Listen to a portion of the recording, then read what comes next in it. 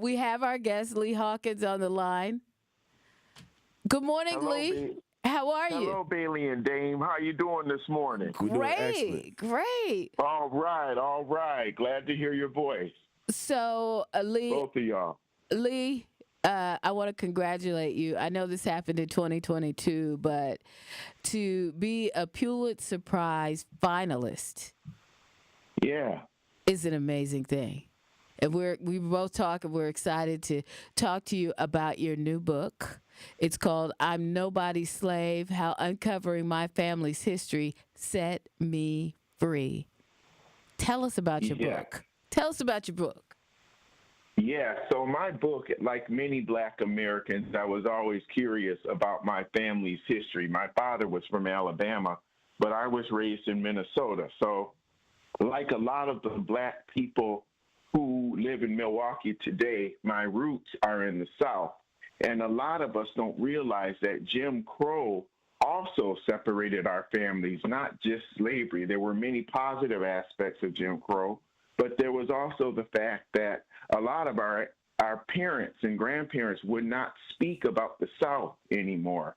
And a lot of people didn't go back down. They didn't keep in touch with family members. And so my book was wanting to know why my father wouldn't talk about Alabama and do my best to go back to 400 years of history to find out exactly what happened to my family through enslavement, Jim Crow, and the Great Migration, and how that impacted the way I was raised. Because there are a lot of things in the Black community that trace back to those periods.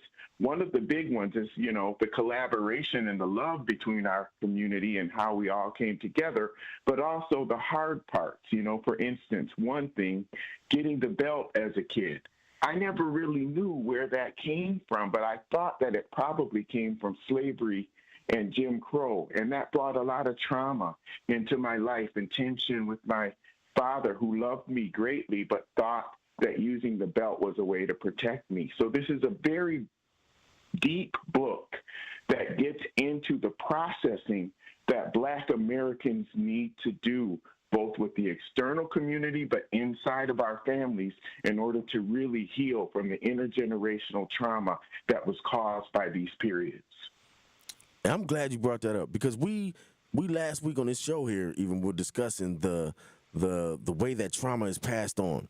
And we had some studies shown, and it actually affects our DNA, and it's passed on via DNA from generation to generation. And what you did in your book was take, I'm assuming you took that trip down that path of that trauma from generation to generation, and it's shown in your own family how it affected I named you. it. Exactly. A lot of times we will know that our family was affected by slavery, but not really know the details. And what I wanted to do was to get the names of my family members going back way to the 1800s. And so I did that. I went all the way to the 1600s, and I was able to see those who were enslavers, because most Black Americans, 90% of us, have the DNA of the enslaver running through our veins, because of the fact that so many of our matriarchs were sexually assaulted during slavery.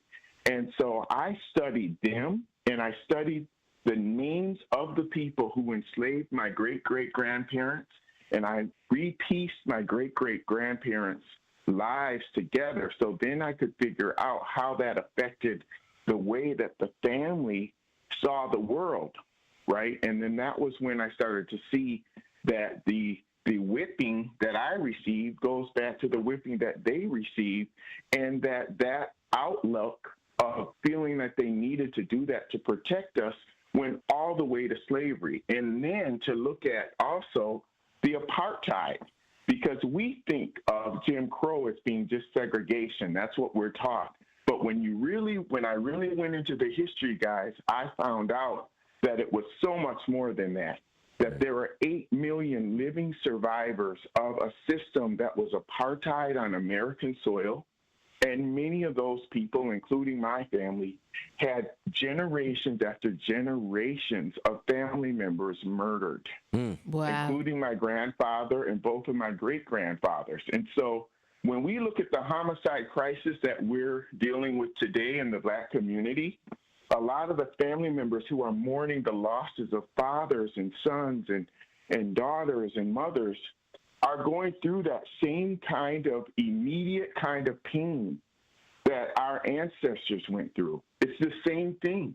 When you had a family member lynched, that's very similar to the unaddressed emotions that people who are going through the homicide crisis actually go through. And also those who have family members, murdered by police. And so once again, this book really gets into all of that because I didn't even know that I was a murder survivor, and I didn't even know why my father would sometimes have nightmares about Alabama. Wow. And I know I would ask him in the morning, Dad, what were you dreaming about? And he would just say Alabama. Wow. And so, yeah. And so can you relate to that? I'm sure there are lots of people who can. And what I wanted to do was do this process to help people start to understand not just what we've been through in terms of pain, but the fact that we survived it. Wow. And how powerful Black American people really are. Yes, we are.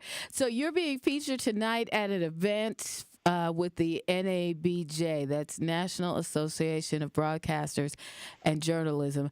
And can you tell us about the event, where it's at, and how people can get tickets? Yes, it's the National Association of Black Journalists Milwaukee and the Milwaukee Journal Sentinel. It will be tonight at ThriveOn, the ThriveOn Center, and that is right there in Milwaukee. I'm not sure what the exact address is. I think it's 2153 North Dr. Martin Luther King Drive. Yes, and it starts at 5 o'clock. It's from 5 to 7. Right now, the actual tickets are being listed as sold out, but they told me that there may be people who don't show, and so they're expecting to still be able to let everyone in because a lot of times there's no show. So come on down and see us, and we'll work it out, but I'm going to be talking, and I'm going to be signing the books. Not only was I a Pulitzer finalist, but this book was Oprah's Daily Best Black History Month book. It's an Amazon Best History book. It's an Amazon editor and two Amazon editors pick, and it's also got 2-starred reviews, including from Kirkus and from Library Journal. Wow. So they can get your book on Amazon. Yes, you can get my book on Amazon, or you can come tonight and get a signed copy. Oh, there you go. And I always say, if you get a signed copy, you can get $5 extra on eBay when you sell it. See? So your name is worth that $5. Amazing. So that'll cost $6 then, right? Okay. So it's the National Association of Black Journalism Milwaukee. It's going on tonight, this evening from 5 to 7 at Thrive on King, 2153 North Dr. Martin Luther King Drive in Milwaukee. Lee, thank you so much for joining us. Thank you. I can't wait to come back. I used to live in Milwaukee. I used to work at the Milwaukee Journal Sentinel for 7 years, so I can't wait to see all my old friends. Come on down, y'all. Excellent. Y'all make sure y'all go down there and check it out and get a book, get it signed, get that $5 extra on eBay. It's 1017 The Truth.